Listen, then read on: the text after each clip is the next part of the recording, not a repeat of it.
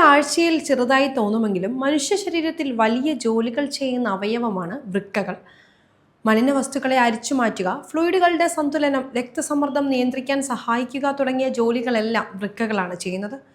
പലപ്പോഴും എല്ലാവരും ഹൃദയത്തിന്റെയും കരളിന്റെയും ആരോഗ്യത്തിന് ശ്രദ്ധ കൊടുക്കുമ്പോഴും വൃക്കകളുടെ ആരോഗ്യം ശ്രദ്ധിക്കാതെ പോകുന്നതായാണ് കാണുന്നത്. വൃക്കകളുടെ ആരോഗ്യം നമ്മൾ കഴിക്കുന്ന ഭക്ഷണവുമായാണ് ബന്ധപ്പെട്ടിരിക്കുന്നത്.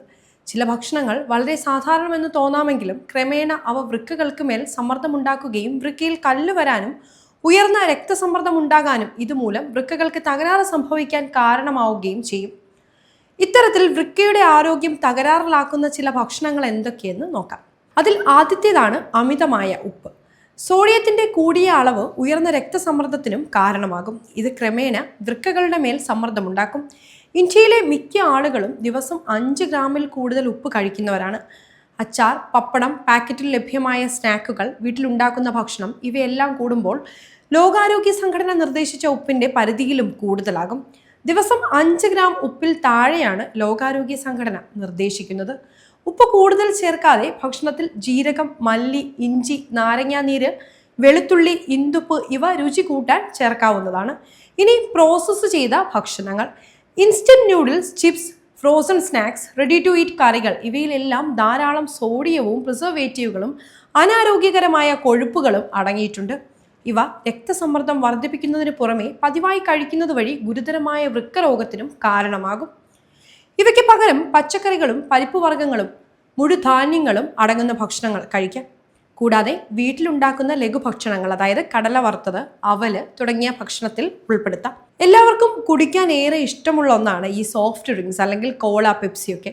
മിക്ക സോഫ്റ്റ് ഡ്രിങ്കുകളിലും പഞ്ചസാരയും ഫോസ്ഫേറ്റും ധാരാളമായുണ്ട്. ഇവ വൃക്കയിൽ കല്ലുണ്ടാകാൻ കാരണമാകും. ഇവ കാൽസ്യത്തിന്റെ ഉപാപചയ പ്രവർത്തനത്തെ ബാധിക്കുകയും വൃക്കകൾക്ക് അനാവശ്യ ഭാരമേൽപ്പിക്കുകയും ചെയ്യും. കോളയിൽ അടങ്ങിയ ഫോസ്ഫോറിക് ആസിഡ് ഏറെ അപകടകരമാണ്. നാരങ്ങ വെള്ളം, കരിക്കിൻ വെള്ളം, പഴച്ചാറുകൾ ഇവയെല്ലാം ശരീരത്തിൽ ജലാംശം നിലനിർത്താനും വൃക്കകളുടെ പ്രവർത്തനത്തിനും നല്ലതാണ്. അതുപോലെ മറ്റൊരു കുഴപ്പക്കാരനാണ് റെഡ് മീറ്റ്. റെഡ് മീറ്റ് ഇഷ്ടപ്പെടുന്നവരാണ് നമ്മളിൽ ഏറെയും. എന്നാൽ പ്രോട്ടീൻ ആവശ്യമാണെങ്കിലും മട്ടൺ പോലുള്ള റെഡ് മീറ്റുകളിൽ നിന്ന് ഇവ അധികമായി ലഭിച്ചാൽ അത് മലിനവസ്തുക്കളായ യൂറിയ, ക്രിയാറ്റിൻ തുടങ്ങിയവയുടെ ഉൽപ്പാദനം കൂട്ടും. ഇവയെ നീക്കം ചെയ്യാൻ വൃക്കകൾക്ക് അമിതമായി ജോലി ചെയ്യേണ്ടി വരും. ഇത് ക്രമേണ വൃക്കകളുടെ ആരോഗ്യം നശിപ്പിക്കും. പരിപ്പ്, രാജ്മ, വെള്ളക്കടല, പനീർ, ടോഫു, തൈര് ഇവയെല്ലാം പ്രോട്ടീൻ അടങ്ങിയതും വൃക്കകൾക്ക് ദോഷം ചെയ്യാത്തവയുമാണ്. പഞ്ചസാര അമിതമാവുന്നതും പ്രശ്നമാണ്. അമിതമായ പഞ്ചസാര ഉപയോഗം പ്രമേഹത്തിലേക്ക് നയിക്കും. പ്രമേഹം ഗുരുതരമായ വൃക്കരോഗത്തിനുള്ള ഒരു കാരണമാണ്. ലഡു, ഗുലാബ് ജാമുൻ, ഹൽവ തുടങ്ങിയ മധുരങ്ങൾ പോലും ഇടയ്ക്കിടെ കഴിക്കുന്നത് പഞ്ചസാര കൂടാൻ കാരണമാകും. ഈന്തപ്പഴം, മിതമായ അളവിൽ ശർക്കര, മാമ്പഴം, സപ്പോട്ട, വാഴപ്പഴം തുടങ്ങിയ പഴങ്ങളും മധുരം അധികം ചേർക്കാതെ വീട്ടിലുണ്ടാക്കുന്ന മധുര പലഹാരങ്ങളും കഴിക്കുന്നതിൽ കുഴപ്പമില്ല. റാഗി, ബജ്ര തുടങ്ങിയ ചെറുധാന്യങ്ങളും ഭക്ഷണത്തിന്റെ ഭാഗമാക്കാൻ ശ്രമിക്കുക. ഇനി വറുത്ത ലഘുഭക്ഷണങ്ങൾ നോക്കിയാൽ, ഒരിക്കൽ ഉപയോഗിച്ച എണ്ണ വീണ്ടും വീണ്ടും ഉപയോഗിക്കുന്നത് ഇൻഫ്ലമേഷൻ, പൊണ്ണത്തടി, രക്തസമ്മർദ്ദം എന്നിവയ്ക്ക് കാരണമാകും. ഈ എണ്ണയിൽ ട്രാൻസ് ഫാറ്റുകൾ കൂടുതലായിരിക്കും. ഇവ വൃക്കയുടെ തകരാറുകൾക്കും കാരണമാകും.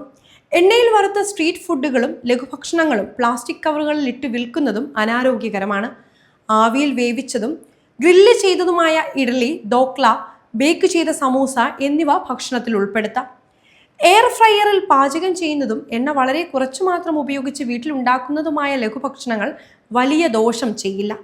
പാലുൽപ്പന്നങ്ങൾ അമിതമായാലും കുഴപ്പമാണ്. കാൽസ്യത്തിന്റെയും പ്രോട്ടീന്റെയും ഉറവിടമാണ് പാൽ ഉൽപ്പന്നങ്ങൾ.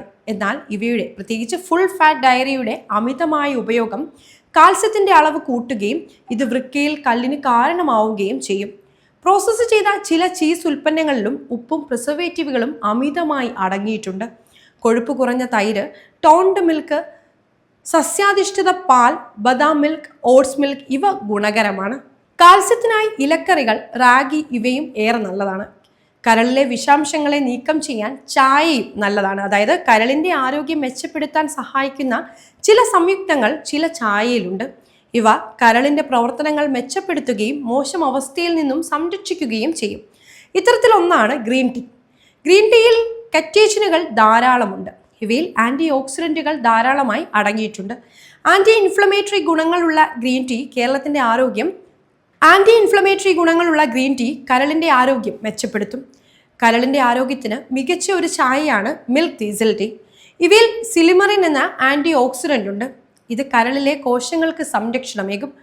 ടർമറിക് ടീ അഥവാ മഞ്ഞൾ ചായയിൽ കുർക്കുമിൻ എന്ന സംയുക്തമുണ്ട്. ആന്റി ഇൻഫ്ലമേറ്ററി, ആന്റി ഓക്സിഡന്റ് ഗുണങ്ങളുള്ള ഈ സ്പൈസ് കരൾ വീക്കം കുറയ്ക്കാൻ ഏറെ സഹായകമാകും. ഇതുപോലെ തന്നെ ശരീരത്തിലെ ഏറ്റവും പ്രധാനപ്പെട്ട അവയവങ്ങളിൽ ഒന്നാണ് കരൾ. കരളിന്റെ ആരോഗ്യത്തെ അവഗണിച്ചാൽ അത് ശരീരത്തെ മൊത്തത്തിൽ പ്രതിസന്ധിയിലാക്കും. കരൾ രോഗം ബാധിച്ചു കഴിഞ്ഞാൽ അത് കരളിനെ മാത്രമല്ല, ശരീരത്തിന്റെ ഓരോ അവയവങ്ങളിൽ ഒന്നായി അത് ബാധിക്കും. ജനിതക രോഗങ്ങൾ, പിത്താശയ സംബന്ധമായ പ്രശ്നങ്ങൾ, കരൾ വീക്കം എന്നിവയെല്ലാം ആരോഗ്യത്തെ ദോഷകരമായി ബാധിക്കും. അതുകൊണ്ട് തന്നെ കരളിനെ ആരോഗ്യകരമായി നിലനിർത്തേണ്ടത് അത്യാവശ്യമാണ്. ചില പാനീയങ്ങൾ കരളിന്റെ ആരോഗ്യത്തിന് വളരെ നല്ലതാണ്. അവ ഏതെന്നൊന്ന് നോക്കാം. ആഗോളതലത്തിൽ ജനപ്രിയമായിട്ടുള്ള പാനീയമാണ് കോഫി. ഒരു ദിവസം മുഴുവൻ ഊർജ്ജത്തോടെ ഇരിക്കാൻ ഒരു കപ്പ് കാപ്പിയിലൂടെ സാധിക്കും.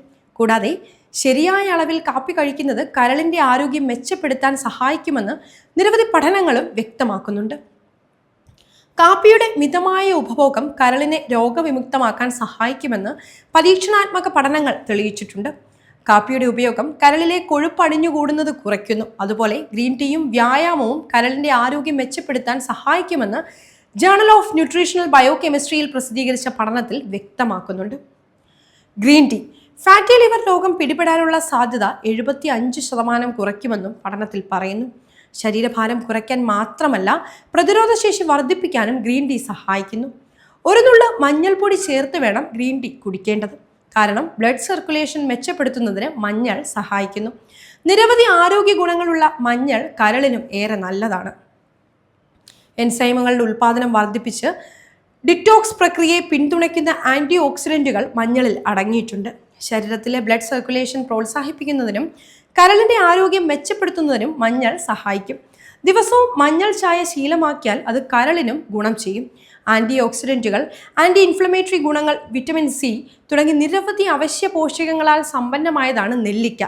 ഈ ഘടകങ്ങൾ വിഷവസ്തുക്കളെ പുറന്തള്ളാനും കരളിന്റെ ആരോഗ്യത്തെ സംരക്ഷിക്കാനും സഹായിക്കുന്നു.